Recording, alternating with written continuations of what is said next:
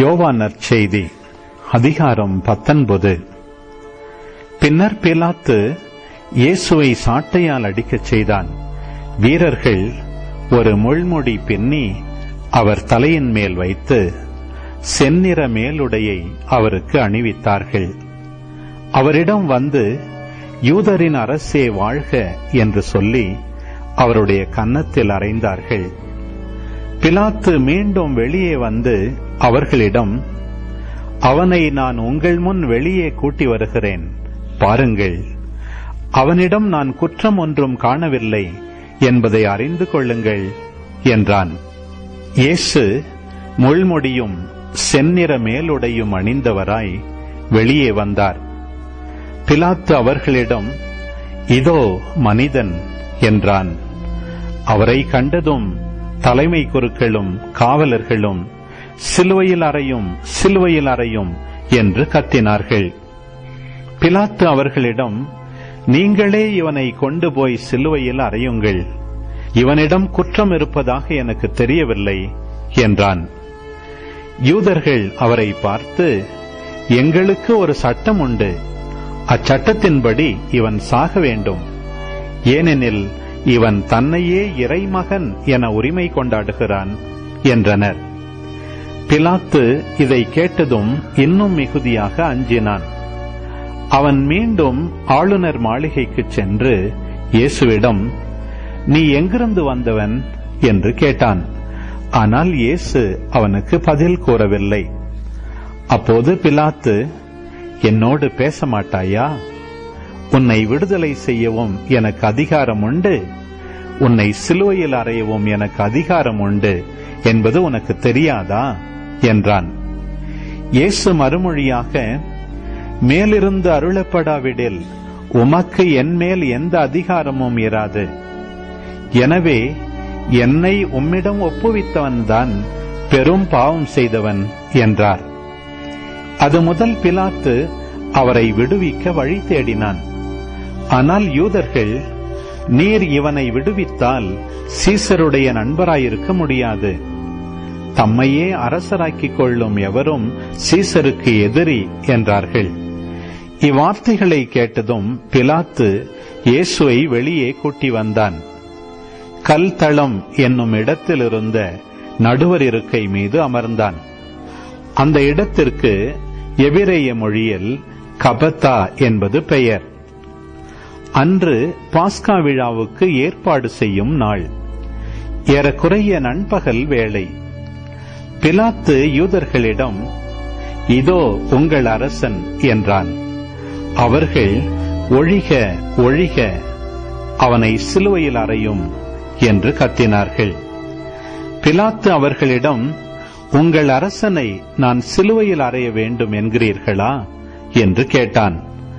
அதற்கு தலைமை குருக்கள், எங்களுக்கு சீசரை தவிர வேறு அரசர் இல்லை என்றார்கள். அப்போது பிலாத்து அவரை சிலுவையில் அறையுமாறு அவர்களிடம் ஒப்புவித்தான்.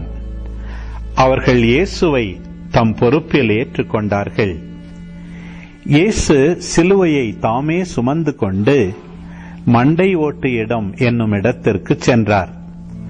அதற்கு எபிரேய மொழியில் கொல்கொத்தா என்பது பெயர். அங்கே அவர்கள் இயேசுவையும் அவரோடு வேறு இருவரையும் சிலுவைகளில் அறைந்தார்கள்.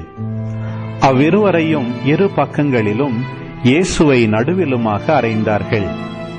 பிலாத்து குற்ற அறிக்கை ஒன்று எழுதி அதை சிலுவையின் மீது வைத்தான். அதில் நாசரேத்து இயேசு யூதர்களின் அரசன் என்று எழுதியிருந்தது. இயேசு சிலுவையில் அறையப்பட்ட இடம் நகரத்துக்கு அருகில் இருந்ததால் யூதருள் பலர் இந்த குற்ற அறிக்கையை வாசித்தனர். அது எபிரேயம், லத்தீன், கிரேக்கம் ஆகிய மொழிகளில் எழுதப்பட்டிருந்தது. யூதரின் தலைமை குருக்கள் பிலாத்திடம், யூதரின் அரசன் என்று எழுத வேண்டாம், மாறாக யூதரின் அரசன் நான் என்று அவனே சொல்லிக் கொண்டதாக எழுதும் என்று கேட்டுக்கொண்டார்கள். பிலாத்து அவர்களை பார்த்து, நான் எழுதியது எழுதியதே என்றான். இயேசுவை சிலுவையில் அறைந்த பின் படைவீரர் அவருடைய மேலுடைகளை 4 பாகமாக பிரித்து ஆளுக்கு ஒரு பாகம் எடுத்துக்கொண்டார்கள். அங்கியையும் அவர்களே எடுத்துக்கொண்டனர். அந்த அங்கி மேலிருந்து கீழ்வரை தையலே இல்லாமல் நெய்யப்பட்டிருந்தது. எனவே அவர்கள் ஒருவரை ஒருவர் நோக்கி, அதை கிழிக்க வேண்டாம், அது யாருக்கு கிடைக்கும் என்று பார்க்க சீட்டு குலுக்கி போடுவோம் என்றார்கள். என் ஆடைகளை தங்களுக்குள் பகிர்ந்து என் உடை மீது சீட்டு போட்டார்கள் என்னும் மறைநூல் வாக்கு இவ்வாறு நிறைவேறியது. சிலுவை அருகில் இயேசுவின் தாயும் தாயின் சகோதரியும் குளோப்பாவின் மனைவியுமான மரியாவும் மகதலா மரியாவும் நின்று கொண்டிருந்தனர். இயேசு தம் தாயையும் அருகில் நின்ற தம் அன்பு சீடரையும் கண்டு தம் தாயிடம், அம்மா, இவரே உம் மகன் என்றார். பின்னர் தம் சீடரிடம், இவரே உம் தாய் என்றார். அந்நேரம் முதல் அச்சீடர் அவரை தம் வீட்டில் ஏற்று ஆதரவு அளித்து வந்தார். இதன் பின் அனைத்தும் நிறைவேறிவிட்டது என்பதை அறிந்த இயேசு, தாகமாயிருக்கிறது என்றார். மறைநூலில் எழுதியுள்ளது நிறைவேறவே இவ்வாறு சொன்னார். அங்கே ஒரு பாத்திரம் நிறைய புளித்த திராட்சரசம் இருந்தது. அதில் கடற்பஞ்சை நன்கு தோய்த்து ஈசோப்பு தண்டில் பொருத்தி அதை அவர்கள் அவரது வாயில் வைத்தார்கள். அந்த ரசத்தை குடித்ததும் இயேசு, எல்லாம் நிறைவேறிற்று என்று கூறி தலை சாய்த்து ஆவியை ஒப்படைத்தார்.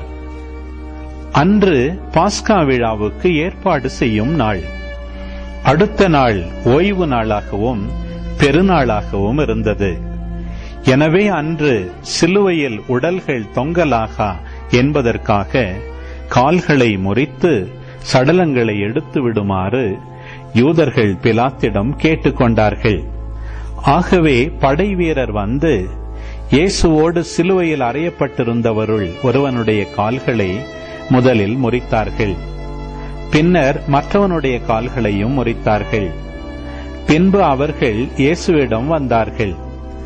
அவர் ஏற்கனவே இறந்து போயிருந்ததை கண்டு அவருடைய கால்களை முறிக்கவில்லை. ஆனால் படை வீரருள் ஒருவர் இயேசுவின் விலாவை ஈட்டியால் குத்தினார். உடனே இரத்தமும் தண்ணீரும் வடிந்தன. இதை நேரில் கண்டவரே இதற்கு சாட்சி. அவரது சான்று உண்மையானதே. அவர் உண்மையையே கூறுகிறார் என்பது அவருக்கு தெரியும். நீங்களும் நம்ப வேண்டும் என்பதற்காகவே அவர் இதை கூறுகிறார். எந்த எலும்பும் முறிபடாது என்னும் மறைநூல் வாக்கு இவ்வாறு நிறைவேறியது. மேலும் தாங்கள் ஊடுருவ குத்தியவரை உற்று நோக்குவார்கள் என்றும் மறைநூல் கூறுகிறது. அரிமத்தியா ஊரைச் சேர்ந்த யோசேப்பு என்பவர் இயேசுவின் சீடர்களுள் ஒருவர்.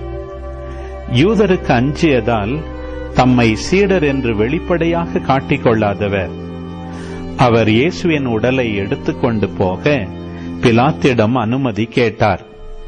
பிலாத்தும் அனுமதி கொடுத்தான். யோசேப்பு வந்து இயேசுவின் சடலத்தை எடுத்துக்கொண்டு போனார். முன்பு ஒரு முறை இரவில் இயேசுவிடம் வந்த நிக்கதேம் என்பவரும் அங்கு வந்து சேர்ந்தார். அவர் வெள்ளைப்போளமும் சந்தனத்தூளும் கலந்து ஏறக்குறைய 30 கிலோகிராம் கொண்டு வந்தார். அவர்கள் இயேசுவின் உடலை எடுத்து யூத அடக்கமுறைப்படி நறுமணப் பொருள்களுடன் துணிகளால் சுற்றி கட்டினார்கள். அவர் சிலுவையில் அறையப்பட்டிருந்த இடத்தில் ஒரு தோட்டம் இருந்தது. அங்கே புதிய கல்லறை ஒன்று இருந்தது. அதில் அதுவரை யாரும் அடக்கம் செய்யப்படவில்லை. அன்று பாஸ்கா விழாவுக்கு ஆயத்த நாளாயிருந்ததாலும் அக்கல்லறை அருகில் இருந்ததாலும் அவர்கள் இயேசுவை அதில் அடக்கம் செய்தார்கள்.